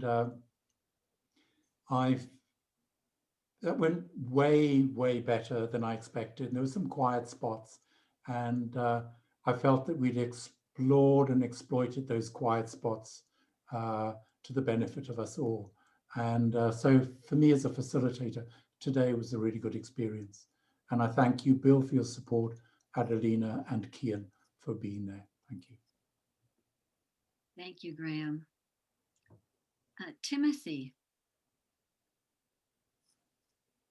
I'm always struck. I find myself celebrating in making music because of that moment across language, across technology and microphone differences, across just the wide gulf of barely beginning to meet somebody. Across all of that, through that is a river of connection and empathy. And so when somebody expresses that they feel heard, that's a moment of celebration for me. And you know, I've been doing this for many years, et cetera, but you know, when I just look at my own limited human boundaries, and I see my consciousness reach out and touch somebody and they receive it, it's always a nourishing experience for me. And it's fun to let myself celebrate. We had some laughter and music at the end of our conversation. And so it's just that experience, reassuring and heartening. Yeah, it's always good. So that's me. Thanks. Thank you, Timothy. Thanks, Timothy. Bill, would you? Well, we're talking about paradoxes. Not easy to do in conversation by the very nature. But everybody was like bouncing in there, and we had a really good time. And I feel that we kind of delved a little deeper than usual. And I really appreciate the people in my group. They stimulated me, and that got me off, and then you know, everybody just kind of went along and really creatively contributed. So I appreciate that. Thank you. Thank you, Bill. Lou. Yeah, thanks. So yeah, I have a lot of gratitude for the folks in the group that I was in, Leslie and Angela and Michelle. We had a very warm and connecting time. And the thing I'm moved to share, so we had something about nonverbal, the nonverbal portion of communication came up. And there's two things I want to say about it. So one is, so I have a background in theater. And one of the exercises you can do with a pair of actors when you're doing a scene is to not have them do the words of the scene, but just the feelings of the scene and the meaning of the scene. So they say gibberish instead of saying the actual words, but they still do the scene with the gibberish. And so that's a way of focusing on what is the meaning and what are the feelings without the words. And that's a really good exercise or way to attend to when anyone's speaking also. And another thing that is an example of that for me is when I've traveled in other countries where I don't know the language and I'm out trying to do something, I'm amazed at how much I can communicate with people through gestures and body language and context, even though we don't have words, you know, to create meaning. And so attending to that part of communication is really good for empathy. Thank you, Lou. Edwin. Yeah, first part was I just enjoy the empathy circle hearing where everyone is with their values. So kind of that feeling of sort of enriching sort of my insight about these. The other thing I was sitting with was sort of where I think Lou was going, is the sort of the felt experience of empathy, like, you know, sort of beyond words. Where are the feelings in my body and in the space around me? And so just sitting and being sort of aware of the space. And one of the exercises that I've done in other empathy circles, you know, which is to do sort of mirror, like turn it into a physical motion and then get a mirror. So for me, there's like this wavy sort of a feeling, you know, that I'm feeling right now. So if I can get a mirroring of everyone who feels comfortable with this sort of a mirror, yeah, exactly. It's kind of feeling. And so I feel this sort of wavy kind of quality. Exactly. Yeah. So, thank you for that. I feel very heard and seen. Thank you for that. Thank you, Edwin. For me, I really appreciated the conversation and hearing from people the different ways that we all want to use the empathy circles, from government and worldwide to personal and family and self. I love that. I love seeing the spectrum of applicability of what we're learning together. So thank you. It's lovely. And I am passing on to Lou for closing. Thank you, Celine. So yeah, so we're bringing this session to a close.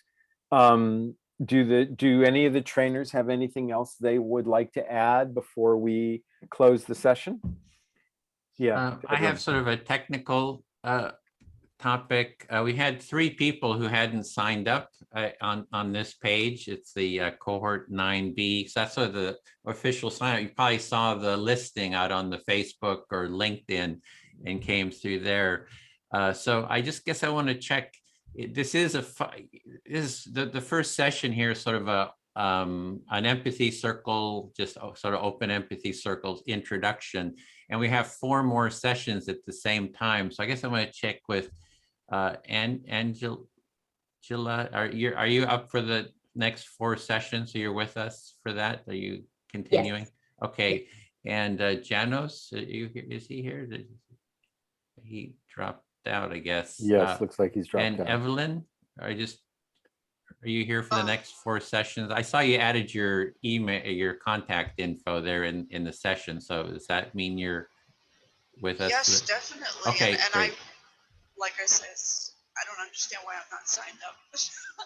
I planned it. I planned it in. Okay, excellent. So I just wanted to check with that technical stuff, and I'll check with Janos and Rick. Okay, thank you. That was it. Okay, so for next week, you will, next week we will be, you will begin practicing being a facilitator next week in class. So you will practice an introduction, and you will have a portion of the empathy circle to facilitate yourself. You will, in the interim, you will, Edwin will be sending out an email with all the things, a reminder of all these things I'm saying about what to do in the interim. But one of the things you'll be invited to do is have a buddy call, an empathy buddy call with someone else in the class. So the email will have a pairing of people, and you can connect with that person and have, like a 30-minute session where you each take 15 minutes and speak and get empathy from the other person. You can do longer than that if you want, but so that's people have really liked that. So I encourage you to do that. And the other thing is to fill out the feedback form after the session. And so there'll be a link to that. And if you fill out the feedback form, we use that feedback to help guide us in what we're doing and answer questions next week. And I think that's it. And try to hold an empathy circle. Oh, thank you. Yes. And the other thing is to try to hold an empathy circle, which this training will have a lot more meaning for you if you experiment with holding empathy circles yourself. You could start with, people and Edwin has a very good strategy, which is to tell people you're taking a class and you have an assignment to hold a circle. Would they help you by participating in it? That's usually, people often will help cooperate that way. So that's one tip about that. But yeah, your learning will be deepened if you start to hold circles yourself. All right, any questions before we go?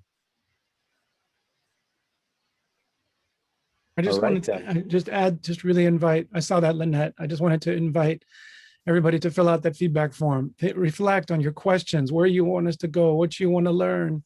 That feedback form is our direct channel to gather your needs and questions, and also to help evolve this training. Just wanted to do that. Lynette, go ahead. You were going to say something. Oh, I was just going to say jazz hands. Yeah, before we do that, I put the wrong feedback form in there. I will send an email. I put the 12A one. So thank you for somebody I will send it via email. So that's not the right one. Don't fill that one out. So so Edwin likes to end every class with everybody doing jazz hands as a way of expressing their whatever you're feeling in the moment. Ooh. Thank you. And we'll see you all next week. Thank you so much, everybody. Have a good week. Have a lovely week, guys. Thank you. I'll see you on too. Friday. Bye, Leslie. Bye. Take care, everybody. Bye. Bye, Angela.